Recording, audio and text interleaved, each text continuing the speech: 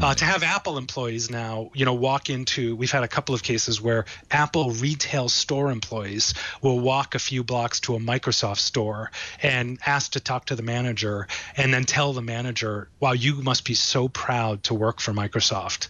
And that, that just blows our mind, to have an Apple person say, gosh, you work for a great company. How cool is that you guys did that spot? But that's a measure of the change, cool. That really is a measure of how things have changed in the last year. And when I heard that, I said, well, did you offer them jobs? Did you give them jobs on the spot? Right. And they hadn't thought like of that. Someone jumping over the Berlin Wall, It's crazy. You kind of touched on HoloLens. I'm really excited about augmented reality. I think that was a good bet for Microsoft.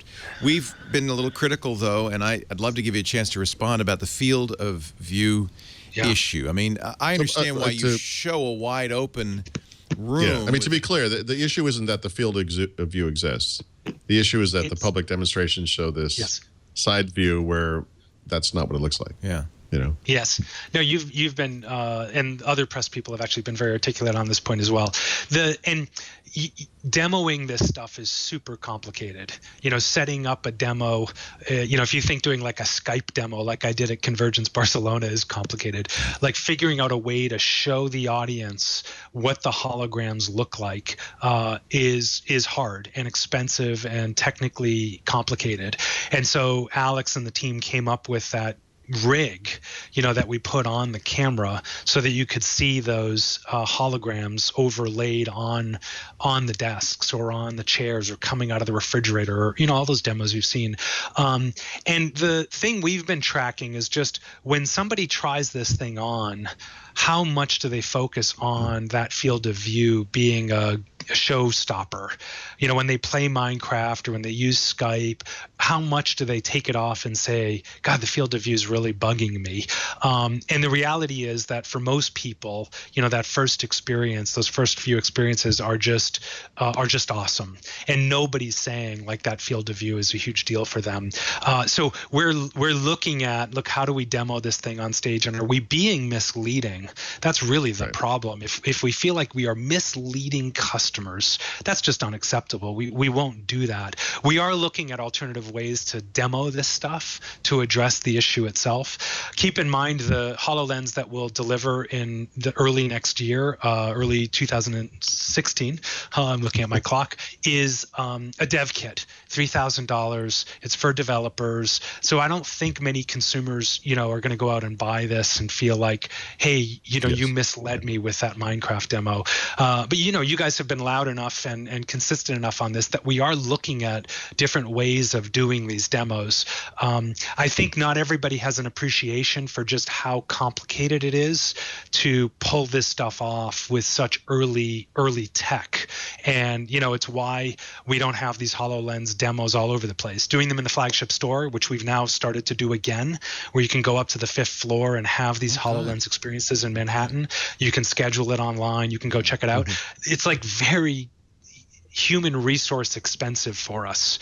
It's not something that we just have a super easy way to duplicate. And so that's the balance. It's not someone on the store floor holding a HoloLens. Yeah, here, have your HoloLens. Put that on there. No, it's guys. It's people from the HoloLens engineering team.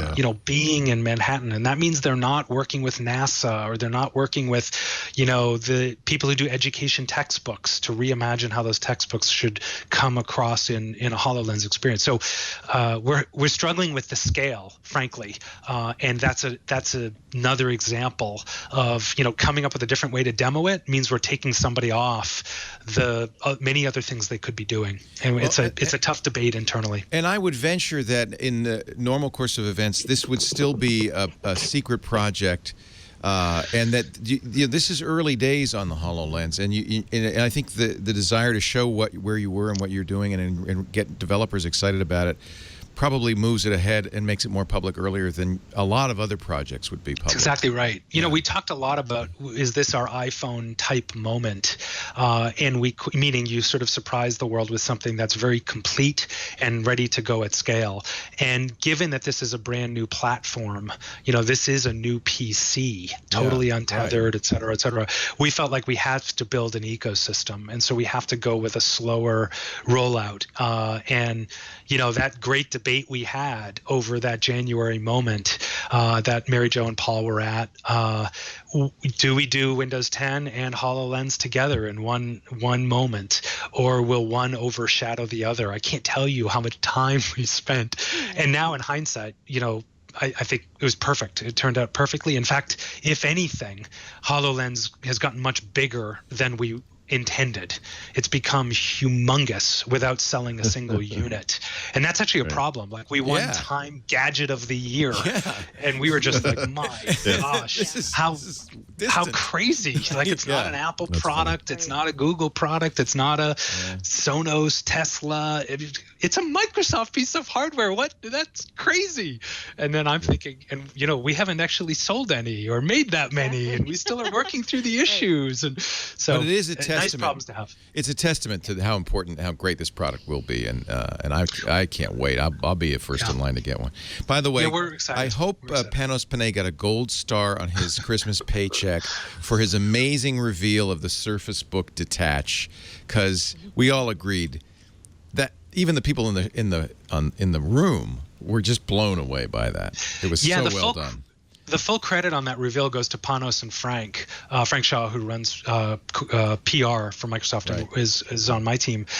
They were the ones. I think Panos sort of called Frank driving home after a rehearsal and said, "Hey, I'm playing around with this crazy idea. Maybe we show the video, but we don't show the reveal, and we take all the tech specs off, and we just show the video, and then later we come back." And so he and Frank kind of battered around the ideas, and as soon as we saw it in rehearsal, I was like, oh my gosh, of course we're doing it this way. So Panos is not in the marketing team, but of course he's a great marketer, a great storyteller, and he would be the first to say, hey, I scored on that side, and there's a bunch of other things I get demerits on, and you got to have a balanced view of the world. You guys have talked about some of the hiccups we've had with Surface Book and Surface Pro 4 right out the chute, getting that firmware updated. We're continuing to work on it. We're excited to get to the new year and get that next one out there. So it's nobody is perfect inside of the walls of Microsoft, and people are they really own it. They really own their mistakes, which is a total testament to Satya. It wasn't always that way.